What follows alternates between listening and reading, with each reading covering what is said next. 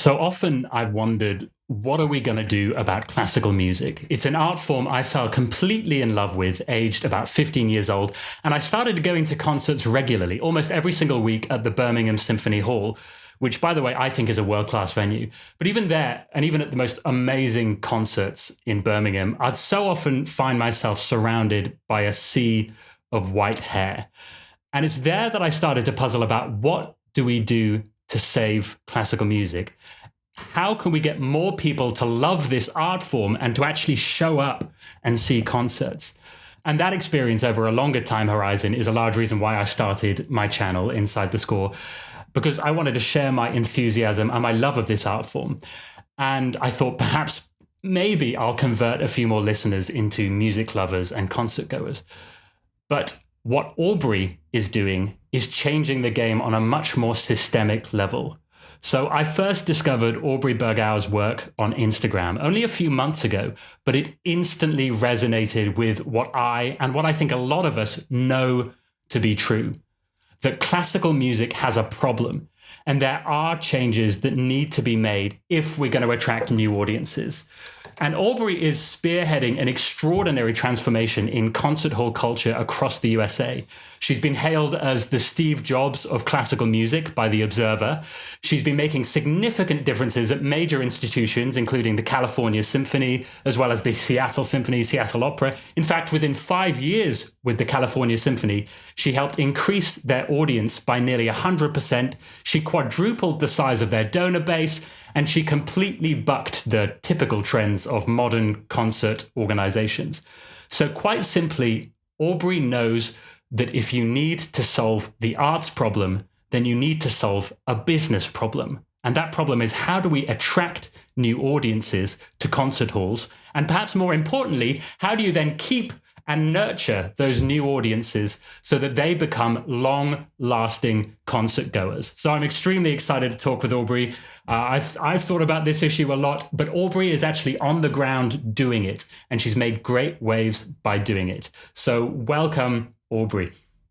Oh, hi, Oscar. Hi, everybody. Thank you for having me. You nailed it, man. This is you're already hitting so many things I can't wait to talk to you about. Awesome. And actually, as a complete coincidence, I didn't know this when I reached out to Aubrey, but she's actually releasing a book on this exact subject. And the book is called Run It Like a Business, which we'll talk about a little later. So welcome, Aubrey. So I actually got to read the first chapter of your book. And one of the very first things you say is, it's not the product, it's the packaging. So what do you see as the main problems with how concerts, or classical music even, is packaged at the moment? Yeah, you said in your intro, like I said, you set it up so well, because a thesis, I should say, of the book, if you will, is that the product isn't the problem. Not to say we don't need to talk about expanding our programming and diversifying performers and representation and repertoire and all that, but on the whole, the product is not the problem. And you're an excellent example of that. You came to classical music at age 14. True for so many of us that we came at some age growing up, whether we played an instrument or saw a concert. And so it's not to say that classical music is only for the white hair folks, to use your words you saw in the audience. And so what we do is, classical music ensembles, for literally hundreds of years, we've been working on the product and working on optimizing the product. And we have an exceptionally high quality product, almost any ensemble anywhere. So it's not the product, it's the packaging. It's everything I've learned, and we can unpack this through user experience research, through looking at other industries, through looking at the data. It's everything tangential to the product, I would say, hence the packaging. What does that mean? It means, what do our websites look like? We're selling a luxury item in many cases. Do our websites reflect that? What's it like when a newcomer enters the concert hall? That's definitely part of the packaging. What we've learned in user experience research is they feel intimidated, they feel unwelcome. Well, these are very negative emotions no brand wants associated with their product. So I could go on and on, but that gives you a sense of it's everything but the art, really, that is, I would say, the source of many of the challenges the industry faces. I'd actually love to hear a few more specifics, because you say, the issue isn't, and you say this again in your first chapter, the issue isn't getting people to come. In fact, lots of new people come to the arts every year. The real issue is getting people to come back. So sorry, go ahead. Well, I was curious, what do you think it is about that first time experience? I mean, specifically with classical music, what is it about that first time experience that might stop people from coming back? Yeah. So to get more specific, like you asked, in user experience research focus group scenarios, we sat down with first timers and we heard things like, and let me preface, these are millennials, Gen Xers, people who are grown adults, smart, educated, do frequent other entertainment options. Like this is how they describe themselves. And yet they just didn't go to classical music a lot. So they come for the first time and then they tell us their thoughts. Okay. They say things like, wow, your website reads like Inside Baseball.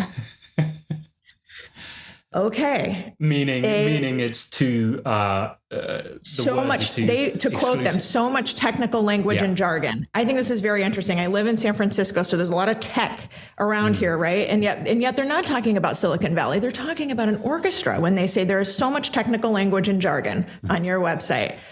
And then, as we unpack this, we learn things like they don't know all the names of the instruments in the orchestra. Remember, grown, educated, smart adults don't know all the names of the instruments in the orchestra. That was a real awakening for me where I realized I don't remember not knowing all the names of the instruments in the orchestra. And there's a human bias about that we forget, what we used to not know.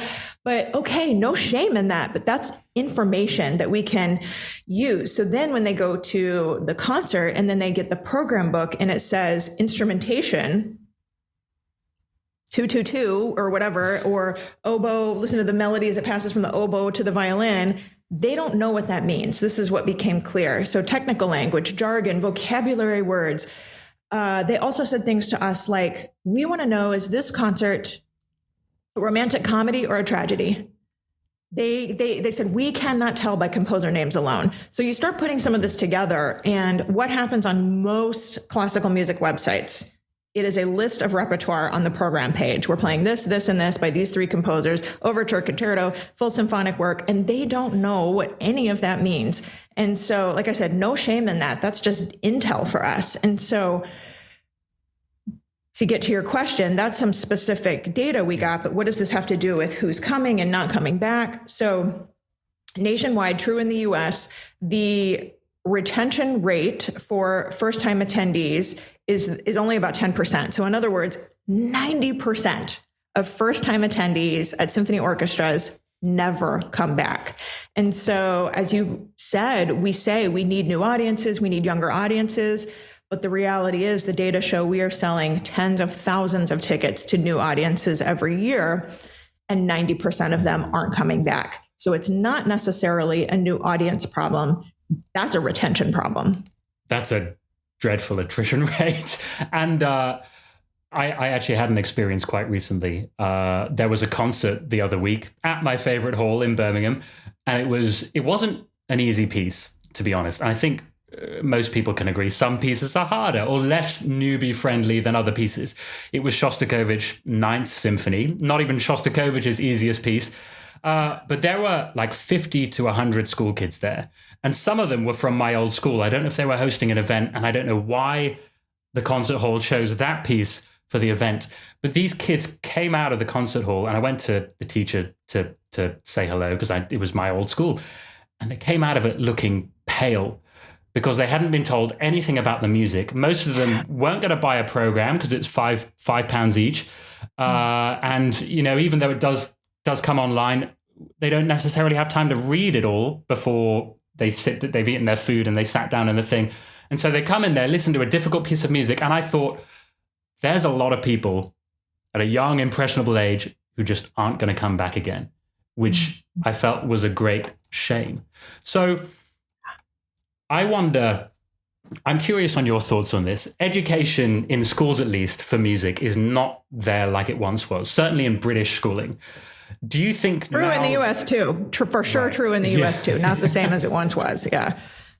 Well, do you think that then that means that orchestras or concert institutions have more of an obligation to educate their audiences, or at least new audiences, to take that responsibility on?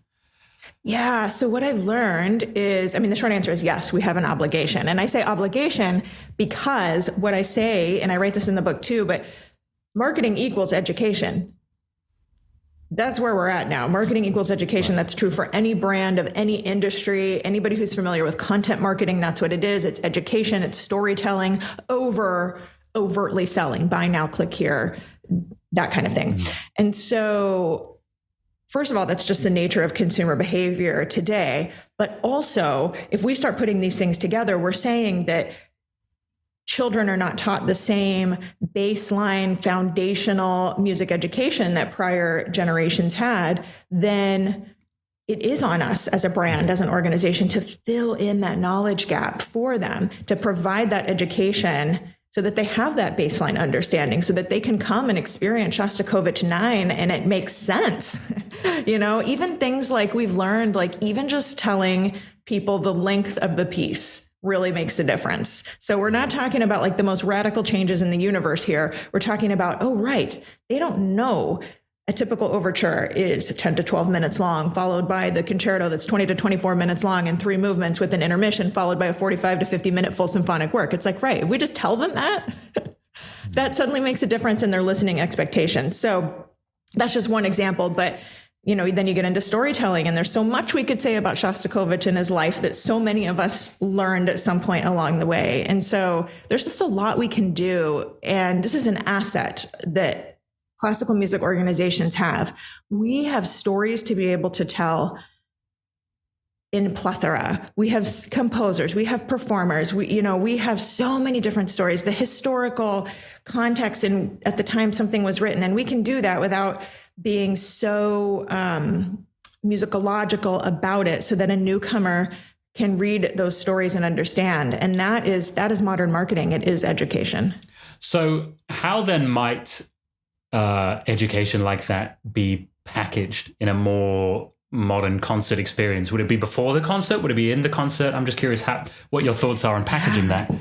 Yeah, I think what we do, there's so many organizations that what we tend to do is offer the education after the ticket purchase. That's backwards. It's you bought your ticket, now come to the pre-concert talk. You bought your ticket, now read the program book. Stay later for the talkback session afterwards. All of that is after somebody's already purchased. So it's not that any of those things are wrong per se. It's that what about everybody else that is eager to learn?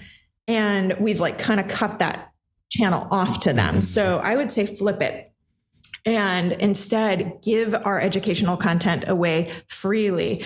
Everything that maybe organizations would do in the pre-concert talk, do a webinar beforehand, do a podcast episode, do a YouTube video. I don't know. I'm making this up, right? But just there's so many channels available to us. Do a 30-second Instagram reel explaining why Shostakovich had issues with the Russian government. I don't know, right? I'm just saying there's so much we have available to us that the answer is no, give it away freely and generously well before the purchase. That builds trust. It's not just education, it's trust building, all those things that consumers need before they're willing to spend money. Yeah. I was very lucky to have a teacher in school he wasn't even a music teacher, and he was so passionate about music and would encourage us and a few of the other school kids in my year to go to concerts. But he would tell us so much about the music we were about to hear that it made all the difference for my experience. And I think had I not had him, which is just a sheer stroke of divine luck, I wouldn't be that interested in classical music today. Even though there's a part of me that is obsessed with music, it wouldn't have had that nurturing that I think education has to be key. But you said earlier as well, we presume audiences know the lingo, that we assume everyone knows what a concerto is, or a symphony, or a sonata, and they don't. Do you think there's a risk that in educating new audiences, you turn off certain long-standing patrons who might be of the more old-fashioned or perhaps even curmudgeonly inkling? Or do you think there's a way to sort of navigate and please both types of concert goers? Because I think that is an issue I've seen, at least in England, a little bit. Yeah, this is usually one of the first questions I get. If people are like, yes, I'm tracking with you on all of this, what do we do with our core audience, our long timers, that group of people you're describing, our aficionados? So a couple of thoughts on this. One, everything we're saying do better on the website, make these updates, have strong digital content. All of that is not affecting what we're doing. Again, the product is not the problem. That's not what we're changing. That's all marketing to newcomers, people less familiar with our art form. Because those aficionados, even take the website, those aficionados, they already have their tickets. They already have their season tickets, most of them, especially the ones that are the most connected, most loyal, most engaged. They got their tickets. They're not going to the website. The data bears that out. Most classical music organization websites, if you're listening to this and you're an administrator, like run the numbers on your own website, look at Google Analytics, but almost always it's like 2/3 to 80% of website visitors are new, brand new. And I don't even mean like never been to yourorg.org before. I don't mean new as in haven't bought a ticket before. I mean new as in never been to yourorg.org before, or whatever the URL, right? Like brand new people seeking information. So just consider that, like the data show where we're talking to these new audiences matters. Okay. That's thing one. The loyal people, the aficionados, they already have their tickets. Two, this is very data-based. So anybody listening to this who's saying, I'm a long timer and I don't want it to be dumbed down, all this kind of stuff. I'm not saying we need to dumb it down, but the data show loyalty rates for, especially now post-pandemic, subscribers who've been with our organization 3 years or more tend to be, you heard me say first timers, it's a 90% no retention. Subscriber season ticket holders who've been with our organization 3 years or more tend to be like in the 90% for renewals at that point. So the data show loyal audiences, they are loyal. That's the thing. They have proven a global contagious disease can't keep them away at this point if they're back. So nobody come at me for saying that, because we don't want to dumb it down. We want our core audiences to, be fulfilled for their artistic experience too. But the idea is that they're very loyal. They're not going anywhere. I don't think we need to be so worried about that group is what I'm trying to say. Right. That's comforting, I suppose. I wanted to share something with you, and I'm curious if I'm talking about the way that music education is packaged, because you said, the core experience, the concert isn't changing. I experienced something this summer. It was the BBC Proms, which is the largest music festival in Europe, if not the world, maybe even. It's 3 months, every single night in the Royal Albert Hall is a world-class concert. And it was an orchestra called the Aurora Orchestra, and they were playing The Rite of Spring. And that's all they were playing. And it's only half an hour. But the first half of the concert, what they did, Nicholas Collin, the director, got on stage, and there were two actors as well. And the orchestra was there, and they told the story of The Rite of Spring. And they told the story of how it was made. At times, the actors were playing, Stravinsky and Diaghilev. At other times, they were playing the dancers or the rehearsal choreographer and all of this. And at other times, the critics and the confused audience members and things. And the orchestra as well, they would take moments and they would say, now listen to the bass drum go boom, boom, boom, boom. And the timpani going ba, ba, ba, ba. And slowly they built up some of these incredible passages of music. And it was enthralling. And I've heard that piece, 30 times or more. And this is the thing, as you say, it was not dumbing it down. It was rather making it incredibly engaging. And my only regret out of that, that the BBC didn't film it for some reason, because I'd love to have watched it again. But my only regret really was not having brought more people. Because you see, I don't know, I'm so used to only bringing non-musicians to concerts where I think they'll get it. And actually, that kind of concert was really special. And I'm not saying every concert should be like that. But what would you think of something like a series of concerts within a season for new listeners where they have some kind of presentation, not the old-fashioned pre-concert talk, but rather a presentation like that, which is designed to engage, bring in new listeners, even invite schools, I don't know, something like the Bernstein Young People's Concerts, if you know what I mean. Yeah. Those concerts, those young people's concerts were successful for every reason you just described. And so I think that's a wonderful idea. So when I say the product doesn't need to change, I don't mean the concert experience. I mean, like the music itself. When they played Downbeat 1 to the end of Rite of Spring, God, the Proms delivered, I'm sure of it. Like we know it's truly, truly world-class. So, but what you're describing is, oh yeah, they played, this is what the bass drum does, this is what the timpani does. Like, yeah, yes, of course. And I would say also, I don't think it needs to be a newcomer series. I think it's fine to tell people we're going to be doing this at the concert, but and then people can self-select, because even your story exemplifies somebody who does know an incredible amount about classical music. You weren't turned off by that. You wanted more. And so I think that is such an excellent example of, it was education. It wasn't dumbing it down. It made you want the product even more. So I think it's wonderful, but I don't think that kind of experience needs to be reserved for first timers only. Right. I completely agree with you. Actually, it was just as good for the geeks, and I only wish I'd brought more people who were curious, but because they would have loved it too. And even a difficult piece, I say difficult in inverted commas always, but I mean, even a more challenging piece like The Rite of Spring, it made it so accessible for newcomers because people just had context and people knew some things to listen for. And they knew it wasn't just a dissonant atonal thing. It was that there was a reason for its, it brought everything to life in a very real way. I have I'm getting into a couple of nitty gritty questions because I've been thinking about this issue a lot, and I'm just curious about any education packing, because I saw another series of concerts recently with screens. This was again in Birmingham. You can tell it's my local hall, my nearest concert hall. But they were trying something new with, they just put screens out. And I guess, I don't know what they were trying to do really, but they had screens blocking half the orchestra, and they were using them to show 3 different video feeds of the orchestra, and they were playing Beethoven's Eroica Symphony, Eroica meaning hero for the audience who don't know, and occasionally sort of pictures of Barack Obama would come up on screen, or Freddie Mercury, or sometimes you'd be trying to figure out who this hero figure was rather than actually listening to the music. And it was a very weird experience. That was an experience where it was met with a big backlash because I feel like, and maybe this will be well, who am I? Just say it. Tell me. Let's talk it through.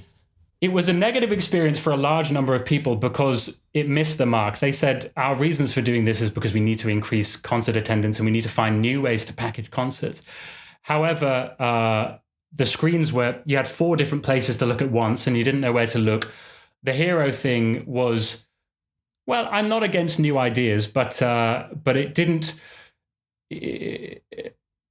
My whole time sitting there, I thought these screens could be used to say sort of, here is the theme. It could be used to guide new listeners or enhance it with artwork or something rather than a sort of cardboard cutout of a former president. And I thought the whole time this could be used amazingly, almost like a YouTube video, to introduce new people to follow. Because I think the reason I got so into symphonic music is because I learned to listen to a theme and follow it through. And I actually got books which talked me through certain symphonies. Without that, I don't know that I'd be so excited by it. And I think packages like that could work, but I feel like Birmingham missed the mark with that one. Yeah. Can I respond to that? I have so many thoughts. Please do. Okay. I think you nailed it again, because here's the thing. I say the product is not the problem. They took the piece of music and then did all these extra things to it. Okay. So that's what I mean. The thesis of the book is like that music stands alone. Now, I will say, do orchestras or classical music organizations on the whole, can we stand to have more than just a white light on a stage? Yeah, maybe. Okay. But that was pretty extreme what you're describing, like videos and screens and all this kind of stuff.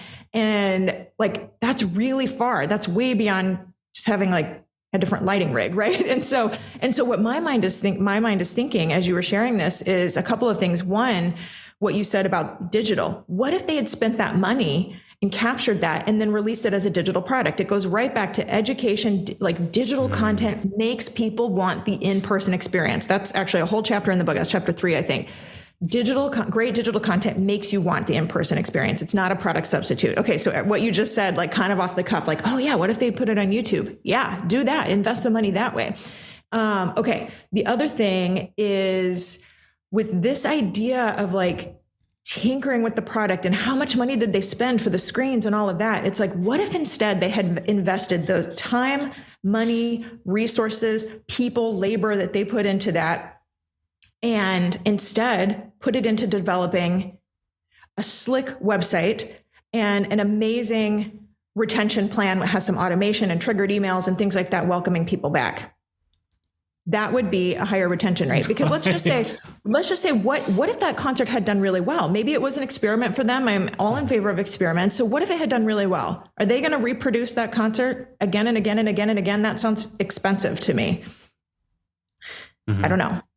So anyways, those are all my thoughts in response to what you're saying, because I think you're really illustrating, again, the thesis of the book, that like the music is not the problem.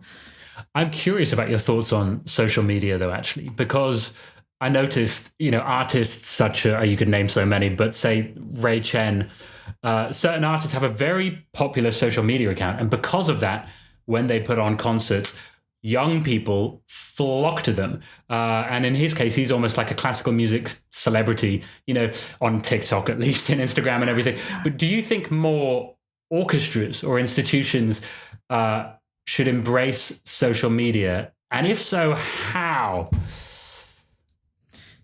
Yes, is the short answer. Absolutely. Like I said, chapter 3, digital content, strong digital presence drives in-person attendance. And like what you just gave, the example of Ray Chen is an excellent example. And people see him online and then they want to come see him in person. And that's kind of the overarching strategy for an organization. So what do we do about that? I think this is another way that classical music institutions have an incredible asset at our disposal. We have a potential influencer army called our musicians.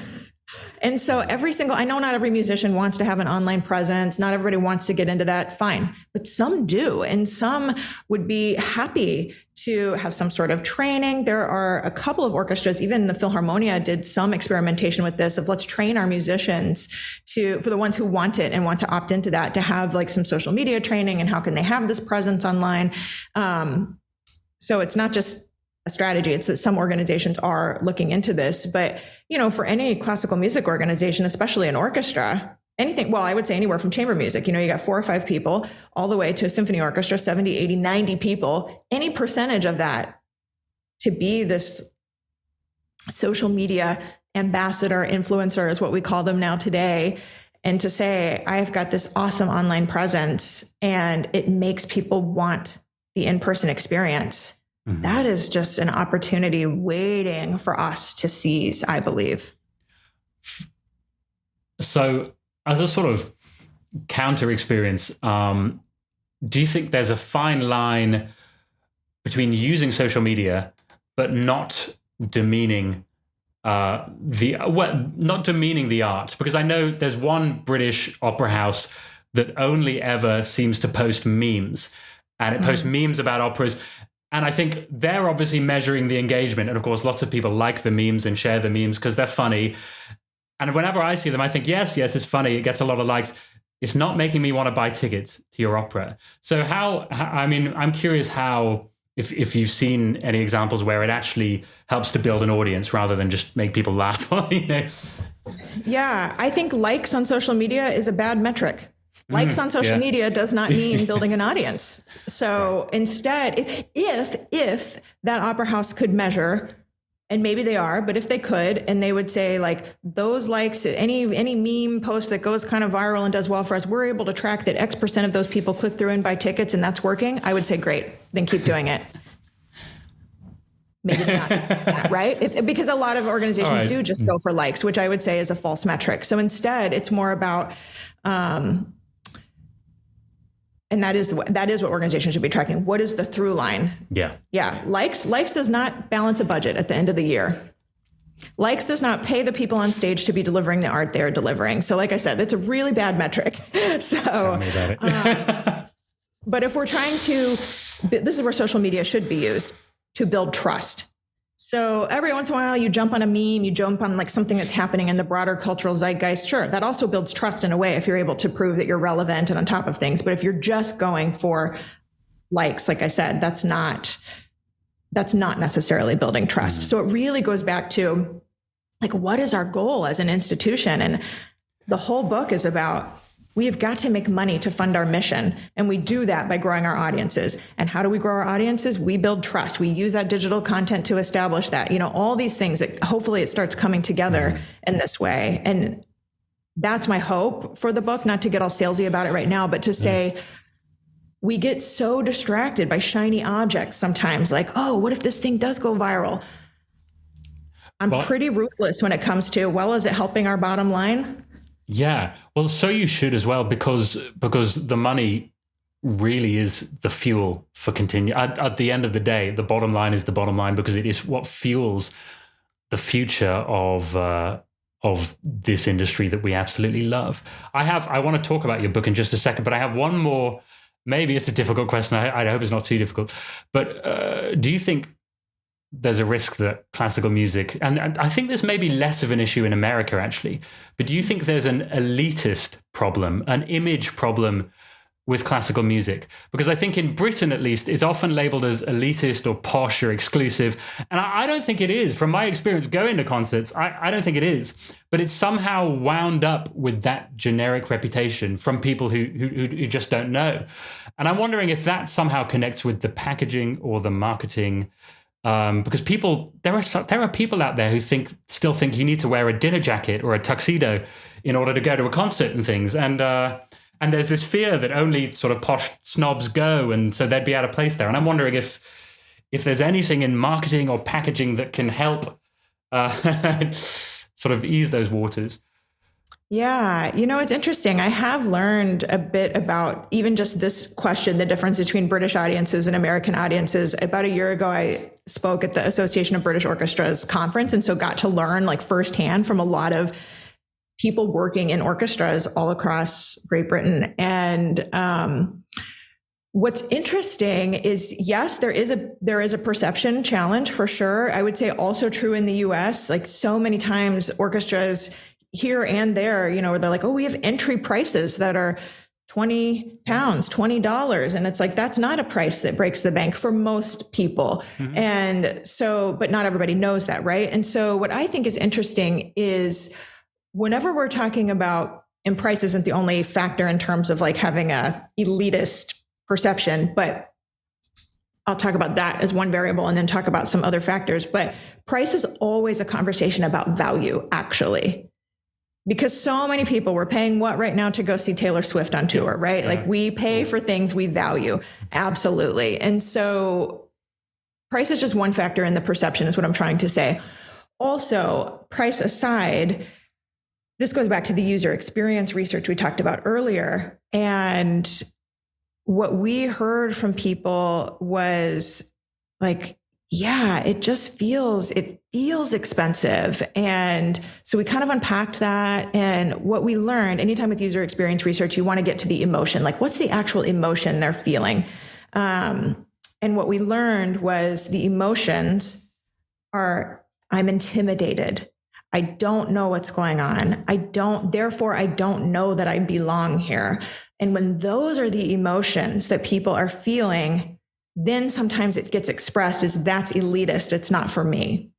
And so even on this topic of what to wear, and I'm in California where it's like, everything's cool, man. Wear your jeans, wear whatever. It's all good, right? And yet, this topic of what to wear, it's not that these newcomers wanted to dress down and wear their jeans.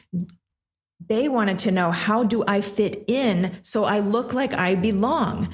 If everybody's dressing up, I definitely want to dress up and look awesome and make a night of it. If everybody's not dressing up, I don't want to do that either. And so that was a real perception change for me, where I was like, it's not that young people want to dress down. No, they want to fit in. And when I started to realize that, I realized that is so central to the human condition. We want to feel like we are welcome when we go somewhere.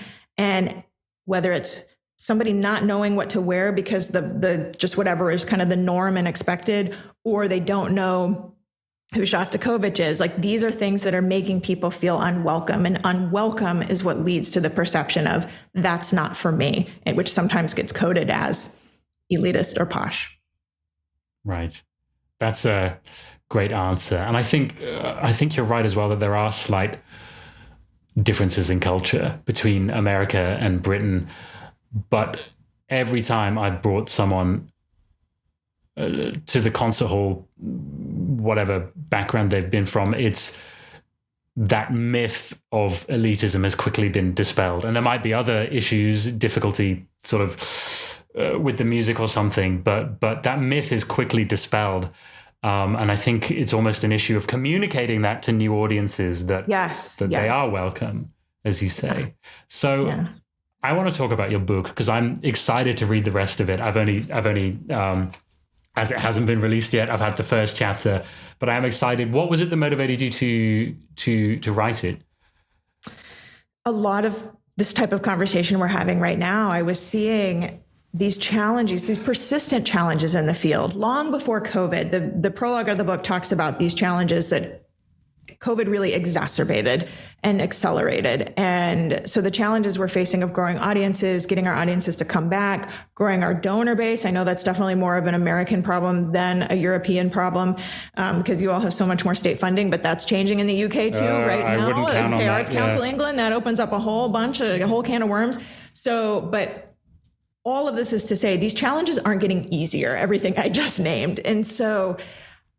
And yet, through the different strategies we've touched on, and then some others that are different chapters in the book, we bucked those trends, as you said, and at every organization I've served. And I realized, like, I want to provide a tool and a playbook that hopefully is helpful for organizations who believe, like, I think there needs to be a different way. And anybody who says, yeah, I believe in this art form, I love this art form, it goes right back to the thesis of the book. The art is not the problem. And as I said before, like for hundreds of years, we've been optimizing the art, perfecting the art. We should be so proud of that. Our art is such a high quality across ensembles globally. And now it's time to get serious about optimizing the business around that art. I hope that anybody who cares about the industry is interested in reading this book. So anybody who, certainly arts administrators running classical music organizations, also other artistic disciplines as well. At the end of the day, if you're at a place that is selling tickets, raising money, we are e-commerce businesses at the end of the day, things like that. This book can be helpful to you if you have that interest. But if you're not any of that and you're not running an arts organization or you're not a board member and you're just an interested patron, in many ways, much like you, Oscar, somebody who's saying like, yeah, I think about these things, like, then absolutely that person is invited and hopefully gets value out of this as well. Absolutely. In fact, there's a cellist friend I can think of right now who's been wondering about the state of his orchestra. He's been working at this orchestra for many years and absolutely loves it. And so he should, because it's the most remarkable orchestra, but it's struggling. And I'm sure he would love to read it, because I think it's the spread of ideas that even if someone hears this interview and then talks to someone else about it, and it's as much the spread of ideas as anything, and spread of ideas like yours, where you're not just coming up with lofty ideas, but reading the data and acting on it and getting real results for the places that you that you work with. I'm very curious about this digital chapter as well, because obviously that's loosely connected with what I love doing. Absolutely. Yeah. Just underscore some of what we're saying. Like, I think what you and I have in common, with so many people watching this have in common, is that we do like have this like very personal attachment to the art. Like it's meaningful to us. And I think that speaks one more time to just the power of the product. The art's not the problem. The music's not the problem.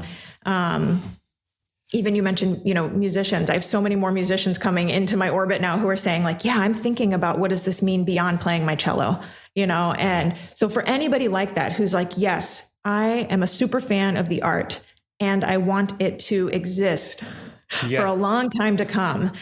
Anybody who shares that sentiment with you and me, like, this is for you, I think. Well, the book, once again, Aubrey's book, Run It Like a Business, which is her entire philosophy. We all should think about not only why it's so important to us and to our culture, but how to how to express that to others and how to pass on that message to others. It's something I've been trying to do with this YouTube channel for the last 5 years. And it's also Aubrey's mission, which she's executing in her own way. And I think it's so important for everyone who really loves this kind of music to find a way to express that mission of passing it on. I couldn't have said it any better.